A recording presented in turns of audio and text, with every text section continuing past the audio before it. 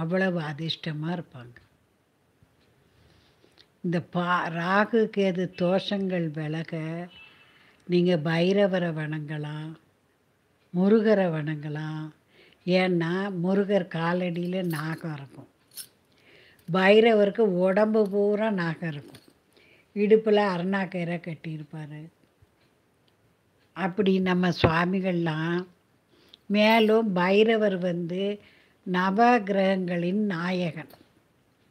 அதனால் பைரவரை வணங்கினா நமக்கு நவ கிரகங்களின் அருள் கிடைக்கும். பைரவருக்கு வாகனமான நாய்க்கு நீங்கள் 2 பிஸ்கெட்டு போட்டிங்கன்னா, இல்லை ஏதோ ஒரு உணவு கொடுத்தீங்கன்னா நவ கிரகங்களுடைய அருள் கிடைக்கும்.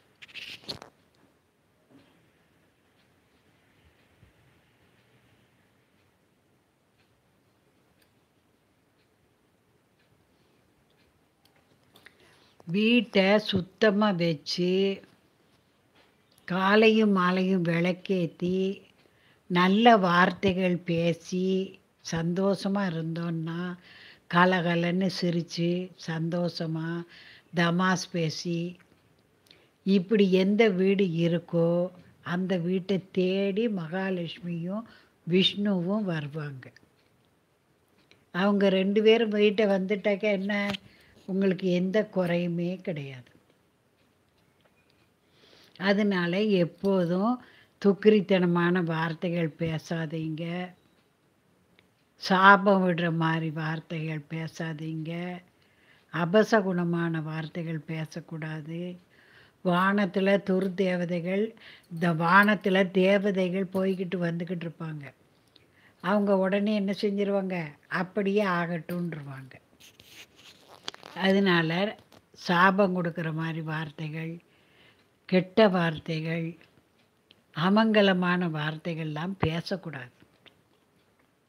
வீட்டிலையே பொதுவாக பொருள் தீர்ந்து போச்சுன்னா பொருள் வாங்கணும்னு சொல்லணும். அரிசி வாங்கணும், இல்லைங்க சொல்லே இல்லாமல் போகணும். அப்படின்னா தான் நம்ம வீடு நிறைஞ்சு வழியும். சிலர் பாருங்கள், எத்தனை இருந்தாலும் பஞ்சப்பாட்டு பாடிக்கிட்டே இருப்பாங்க. அப்படி இருக்கக்கூடாது.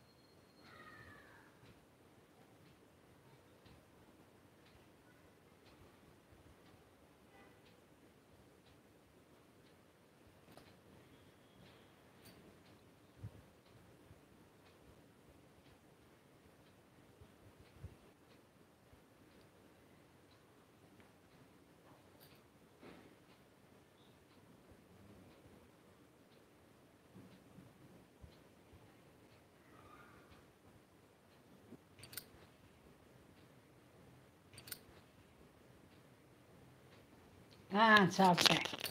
இன்றைக்கி கொஞ்சம் டைம் கிடச்சிது, சரி ஒரு சேட்டிங் போடலாம் அன்னு போட்டேன். கோபிகை வந்துட்டு போனதோடு சரி உட்காந்துருக்கேன். கடன்னு நிறைய பேர் கஷ்டப்படுறாங்க. நான் உங்களுக்கு முதல்ல சொன்னேன், சிவ மந்திரம் சின்னதாக தான் இருக்கும், ஒற்றை மந்திரமாக தான் இருக்கும், ஆனால் பவர்ஃபுல்லானது. நீங்கள் இந்த மந்திரத்தை எழுதி கூட வச்சுக்கலாம்.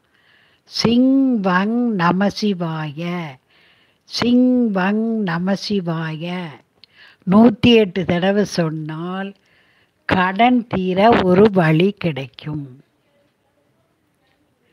சி இங் ப இங் சிங் வங் நமசிவாய, இவ்வளோதான். 5 எழுத்து நமச்சிவாயத்தை நீங்கள் சொல்லிக்கிட்டே இருந்தால் அன்று செய்த பாவம் அன்றே தீரும். எல்லாம் 108 தடவை சொல்லணும்.